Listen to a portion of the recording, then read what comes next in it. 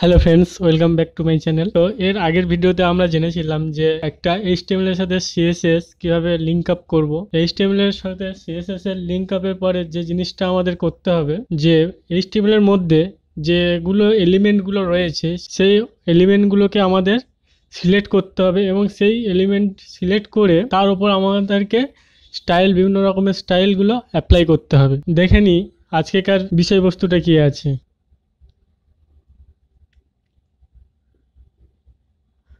তো এর আগের ভিডিওতে আপনারা দেখেছিলেন এই লিঙ্কিং সম্পর্কে, ঠিক আছে।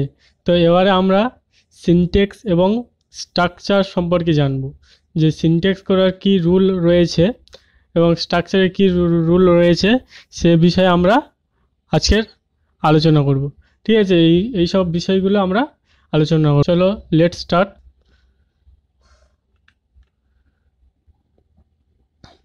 তো ফার্স্ট আসছি সিএসএস স্ট্রাকচার। সিএসএস এর স্ট্রাকচার জানতে গেলে যে দুটো বিষয় আমাদেরকে জানা খুবই জরুরি, সে দুটো কি না, একটা হচ্ছে সিলেক্টর আর একটা হচ্ছে ডিক্লারেশন। তো সিলেক্টর কি করছে না, এইচটিএমএল এর মধ্যে থাকে যে সমস্ত এলিমেন্টগুলো রয়েছে সেই এলিমেন্টগুলো সিলেক্ট করে, ঠিক আছে, তাকে আমরা সেই এলিমেন্টকে আমরা সিলেক্টর বলবো, ঠিক আছে। এবং সেই এলিমেন্টের উপর যে এফেক্টগুলো দেবো সেই এফেক্ট বা সেই কোডগুলোকে আমরা ডিক্লারেশন বলবো। তো এবারে দেখে নেবো যে ডিক্লারেশনে আবার দুটি ভাগে ভাগ করা যায়। তো ডিক্লারেশনের দুটি ভাগের মধ্যে একটি ফার্স্ট আসছে প্রপার্টি নেম এবং সেকেন্ড হচ্ছে প্রপার্টি ভ্যালু, ঠিক আছে। ডিক্লারেশন করতে গেলে এই দুটি নিয়ম মেনে চলতে হবে। প্রপার্টির নাম দেবো, মানে যে স্টাইলের করতে যাব সেই স্টাইলের প্রপার্টির নেম দিতে হবে এবং তার ভ্যালু দিতে হবে, মানে কত রেঞ্জের মধ্যে আমার এই স্টাইলটা আসবে, সাইজ কত হবে বা কালার কীরকম হবে, সেই রকমভাবে তার ভ্যালুটাকে নির্ধারণ করতে হবে। সেই জন্য প্রপার্টি ভ্যালু বলা হয়। তো একটা যদি আমি সহজ এক্সাম্পল হিসাবে যদি বোঝাই, তো এখানে দেখো এখানে যে পি রয়েছে এটাকে আমরা সিলেক্টর বলবো।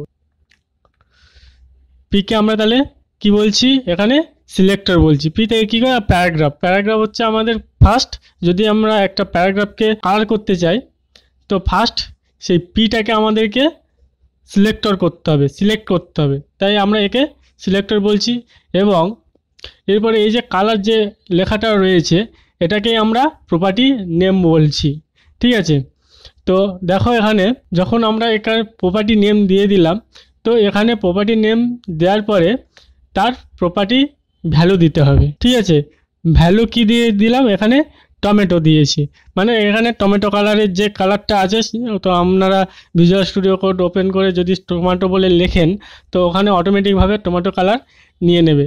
তো এখানে দেখো টমেটোটা লেখা হয়েছে, এটাকে আমরা প্রপার্টি ভ্যালু বলবো, মানে এই প্রপার্টির কালার প্রপার্টির তার ভ্যালু হচ্ছে এটা, ঠিক আছে। তাহলে আশা করি এই প্রপার্টি নেম প্রপার্টি ভ্যালু কোনটাকে কি বলে আর সিলেক্টর কাকে বলে আপনারা বুঝতে পেরেছেন।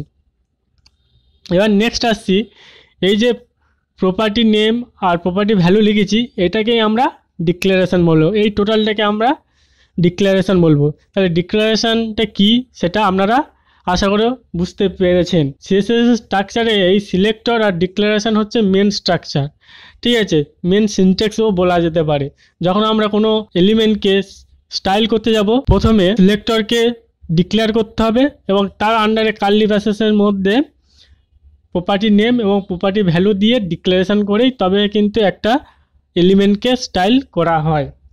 তো এইখানে দেখো এই যে মাঝখানে যে কোলন দেখা পাচ্ছ এটাকে বলা হয় এন্ট্রি সেপারেটর, মানে এই যে প্রপার্টি রয়েছে প্রপার্টি এবং প্রপার্টি ভ্যালুর মাঝখানে যে সেপারেট করছে একে এন্ট্রি সেপারেটর বলা হয়। এবং এই যে লাস্টের যে সেমিকোলন আছে এটাকে আমরা কি বলবো না প্রপার্টি সেপারেটর। আশা করি এই বিষয় শেষের যে স্ট্রাকচারটা রয়েছে আশা করি সকলের কাছে ক্লিয়ার হয়ে গিয়েছে। যদি না ক্লিয়ার হয় নিচের কমেন্ট সেকশনে কমেন্ট করো, আমি অ্যান্সার দেওয়ার চেষ্টা করব। তো নেক্সট চলো কি আছে দেখে নেওয়া যাক।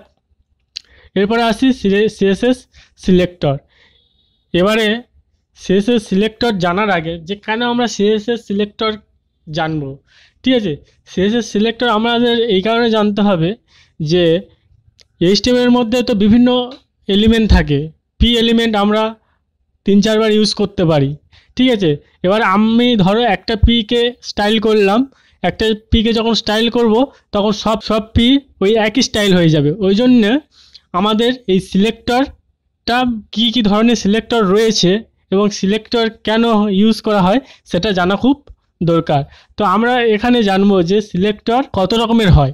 ঠিক আছে, তাহলে একটু আগে যে বললাম যে আমি যদি একটা পিকে স্টাইল করতে যাই তাহলে সব পি যদি স্টাইল হয়ে যায় তাহলে তো আমাদের তো ওয়েব পেজের স্টাইলটা সব একই রকমের হয়ে যাবে, তাই না? তো সেই কারণে আমাদের সিএসএস এর সিলেক্টরগুলো কত রকমের আছে, কি কি প্রকারের হয় সেটা আমরা জেনে নেব। তো এখানে দেখো সিলেক্টর, ফার্স্ট সিলেক্টর যদি আমি বলি সেটাকে আমরা ইউনিভার্সাল সিলেক্টর বলি। ঠিক আছে, তাহলে ফার্স্ট সিলেক্টর কি হচ্ছে? ইউনিভার্সাল। এই ইউনিভার্সাল সিলেক্টরে কি হচ্ছে না, এই সিলেক্টরে যে স্টাইল দেবো সমস্ত জায়গায় এটা তার এফেক্ট পড়বে। ঠিক আছে, তো আশা করছি ইউনিভার্সাল সিলেক্টর মানে কি আপনারা বুঝতে পেরেছেন। এর ডিটেলস আমরা জানবো নেক্সট ভিডিও, একদম ডিটেলসে জানবো, যতগুলো সিলেক্টর রয়েছে ফুল ডিটেলস জানবো নেক্সট ভিডিওতে। তো নেক্সট সিলেক্টর কি আছে দেখে নিই চলো। নেক্সট সিলেক্টর আছে এলিমেন্ট সিলেক্টর। তো আমরা যখন এক একটা এলিমেন্ট ধরে ধরে যখন স্টাইল করব সেই সিলেক্টরকে আমরা এলিমেন্ট সিলেক্টর বলবো।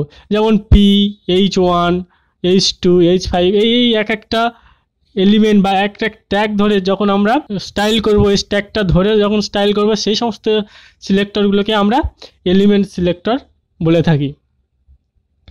এবারে নেক্সট আসছি আইডি সিলেক্টর। আইডি সিলেক্টর কি না, আইডি সিলেক্টর হচ্ছে একটা ইউনিক নেম। সেই আইডি যে নেমটা হবে সেই নামটা দ্বিতীয়বার কোনো জায়গায় আমরা ইউজ করতে পারবো না। ঠিক আছে, তো আইডি সিলেক্টর হচ্ছে একটা আইডি দেয়া থাকবে, আইডি যে প্রপার্টি থাকবে, ঠিক আছে, তার মধ্যে আইডির ভ্যালু দিতে হবে। যখন আমরা এগুলো নিয়ে ডিটেলস ডিসকাস করব নেক্সট ভিডিওতে তখন আপনারা জানতে পারবেন। তো নেক্সট আসছি, নেক্সট সিলেক্টর হচ্ছে ক্লাস সিলেক্টর। সেম আইডি সিলেক্টরের মতন আরও একটা সিলেক্টর ক্লাস। ঠিক আছে, তো ক্লাস সিলেক্টর এটাও সেম একই কাজে ব্যবহার হয়। তো নেক্সট আমরা জানবো ডিসেন্ট সিলেক্টর।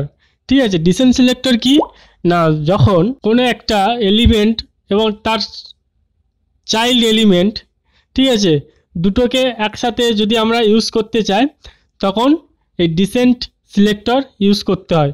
ঠিক আছে, না পরপর দুটো এলিমেন্ট পাশাপাশি থাকবে, তাকে আমরা ডিসেন্ট সিলেক্টর বলবো। নেক্সট আসবো আমরা সিবলিং সিলেক্টর। সিবলিং সিলেক্টর কি না, দুটো পাশাপাশি সিলেক্টরকে রেখে, দুটো পাশাপাশি এলিমেন্টকে রেখে যখন মাঝখানে প্লাস চিহ্ন দেওয়া হয় তাকে আমরা সিবলিং সিলেক্টর বলি। যখন আমরা এটার নিয়ে নেক্সট ক্লাস করব তখন আমরা জানতে পারবো। নেক্সট আসছি চাইল্ড সিলেক্টর। মানে HTML এর মধ্যে প্যারেন্ট চাইল্ডের ব্যাপার হয়, যেটা আমরা নেক্সট ক্লাসে জানবো যে কিভাবে একটা HTML এর মধ্যে স্ট্রাকচার তাড়াতাড়িভাবে বিল্ড করা যায় খুব সহজে এবং ইজি ওয়েতে। কোনো একটা HTML এর স্ট্রাকচারকে খুব তাড়াতাড়ি বিল্ড করা যায় এবং খুব তাড়াতাড়িভাবে ওটাকে রিপ্রেজেন্ট করা যায়, সেটা নিয়ে আমরা জানবো। সেখানে আমরা চাইল্ড এবং প্যারেন্টকে আমরা সেখান থেকেই বুঝতে পারবো। তো নেক্সট সিলেক্টর আসছি অ্যাট্রিবিউট সিলেক্টর। HTML এর কোনো একটা এলিমেন্টের অ্যাট্রিবিউটটাকে যদি আমরা চেঞ্জ করতে যাই একটা কোনো পার্টিকুলার কন্ডিশনের উপর, কোনো একটা অ্যাট্রিবিউট বা কোনো একটা কালারকে আমরা চেঞ্জ করতে চাই, ধরো একটা ডিফল্টভাবে একটা কালার আছে, সেটা একটা কন্ডিশনের ট্রু হলে তবে সেই অ্যাট্রিবিউটটা এইরকমভাবে একটু অন্যরকম আলাদাভাবে কালারে চেঞ্জ হয়ে যাবে, তখন আমরা অ্যাট্রিবিউট সিলেক্টর দিয়ে তখন আমরা সেটাকে ইউজ করতে পারি। ঠিক আছে, এই হচ্ছে মোট CSS সিলেক্টর 8টা টাইপের হয়, 8টাভাবে আমরা একে রিপ্রেজেন্ট বা লিখতে পারি, দিয়ে তাকে আমরা স্টাইল করতে পারি। এবং এর নেক্সট ভিডিওতে আমরা যেটা জানবো যে HTML এর স্ট্রাকচার কিভাবে খুব অতি স্বল্প সময়ের মধ্যে একটা HTML এর স্ট্রাকচার কে বিল্ড করা যায় এবং তার মধ্যে ভ্যালু ইনপুট করতে পারবো কিভাবে খুব তাড়াতাড়ি, সেটা আমরা জানবো। জানার পরে আমরা এই সিলেক্টরের ব্যবহারটা তবে আমরা ভালোভাবে ক্লিয়ার করতে পারবো। ঠিক আছে, তাহলে এর নেক্সট ভিডিওতে আমরা HTML এর মধ্যে কিভাবে আমরা তাড়াতাড়ি স্ট্রাকচার বিল্ড আপ করতে পারি সেই বিষয়টা আগে ভালো করে জেনে নেব, এবং তার নেক্সট ভিডিওতে আমরা এই CSS এর সিলেক্টর কিভাবে লিখতে হয় এবং তার বিভিন্ন কাজ সম্পর্কে আমরা জেনে নেব। এবং পরে আসছি। ধন্যবাদ। যদি ভিডিওটি ভালো লেগে থাকে তাহলে আমাদের চ্যানেলকে সাবস্ক্রাইব করতে পারেন এবং পারলে একটা লাইক করেন এবং বন্ধুদের সাথে শেয়ার করেন। এবং যদি অ্যানি কোয়ারি থাকে, অ্যানি প্রবলেম থাকে, তাহলে টেলিগ্রাম চ্যানেলে জয়েন হয়ে সেখানে প্রবলেমগুলো শেয়ার করতে পারেন। তো থ্যাঙ্কস ফর ওয়াচিং।